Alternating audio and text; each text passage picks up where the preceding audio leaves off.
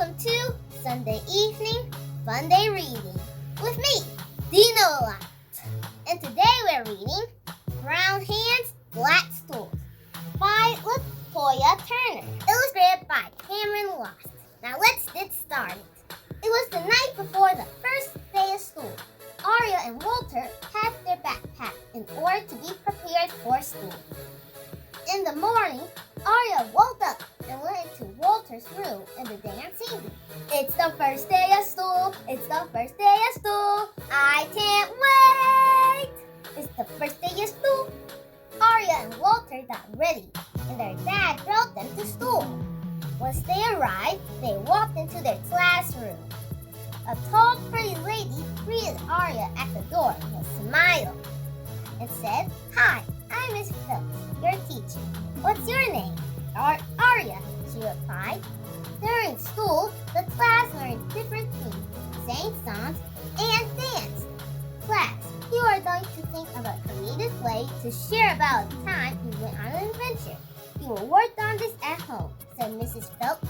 After school, Mom picked up Arya and Walter. "How was your first day of school?" Mom asked. "I loved it. My teacher is nice, and she lets dance. But I have homework to do," sighed Arya. Walter laughed and said, "It was cool. I saw some friends from last school year."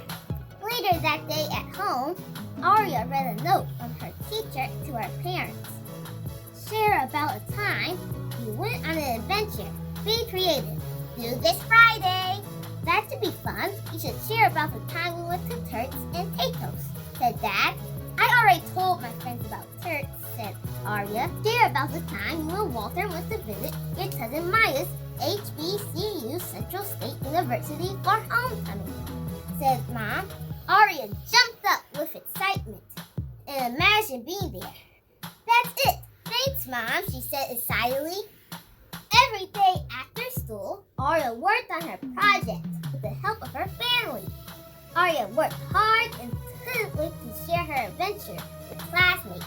It was Friday and time for everyone to share their adventure. "Well, boys and girls, it's time to present," said Mrs. Phelps. Arya's friend Nora got first. "You may present," said Miss Phelps. Nora showed the class her souvenir from when she visited her family in the Bahamas. Nora also taught the class about her Caribbean culture. Afterwards, the class cheered for Nora. It was then time for Arya's turn to present. Arya proudly walked to the front of the classroom. "I am ready. I am smart. I can do this. I am brave. Last summer, my brother Walter and I visited my cousin Maya's HBCU for homecoming. She attends Central State University in Wilberforce, Ohio.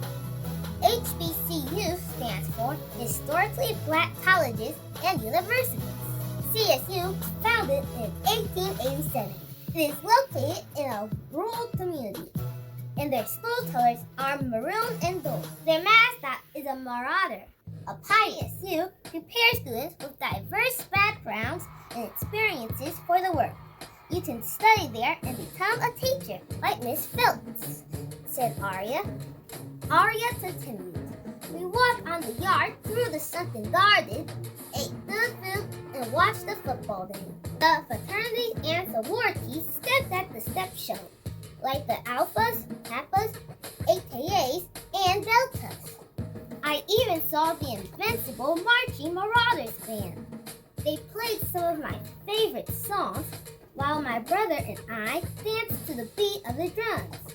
Afterwards, we drove to town and stayed the night at Maya's apartment.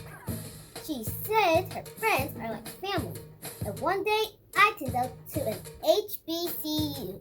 Once Arya was done presenting, the class clapped. "Great job, Arya," shouted the classmates. Mrs. Phelps said, "I graduated from Alabama A&M University. It's an HBCU too."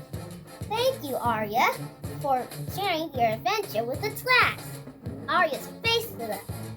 "Okay, boys and girls, choose a partner to research HBCUs. Then I'll teach you what I know," said Miss Phelps. "Can we work on it outside?" asked Nora. "Sure, true, said Miss Phelps.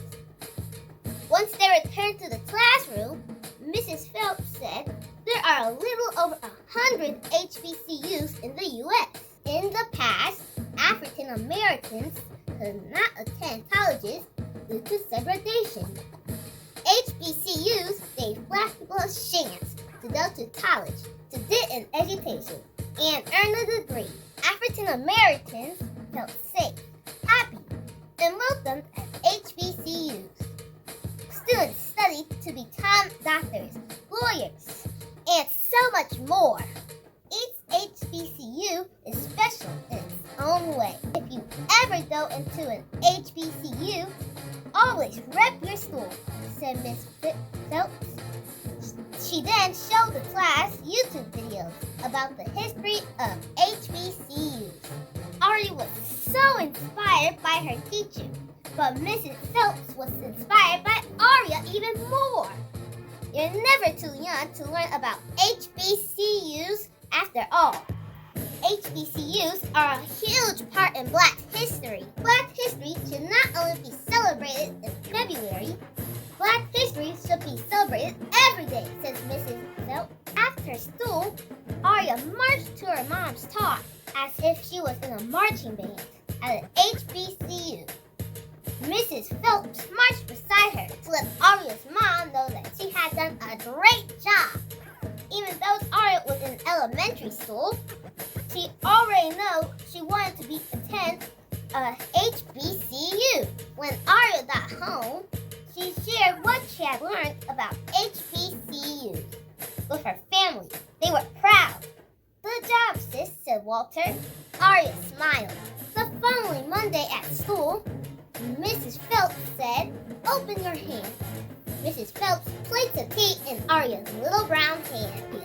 Let this tea be a memory of when you first knew you wanted to attend an HBCU. You have the key to open any door. Continue to work hard and always believe in yourself, said Mrs. Phelps.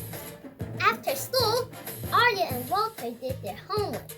The family ate dinner, and Arya and Walter went to bed that night, knowing that adventures allow you to see the world. When you see the world, you learn new things. And when you go to an HBCU, you can become anything you want. HBCUs celebrates the richness of African Americans. You can celebrate too and have the time of your life. Just attend an HBCU after high school. Your brown hands will shine bright at any school, but more at a Black school, like an HBCU. They were built for you. This book really got me interested into learning more about HBCUs, especially the ones my mom went to, Alabama State University. That's it for Sunday Evening Funday Reading. Goodbye!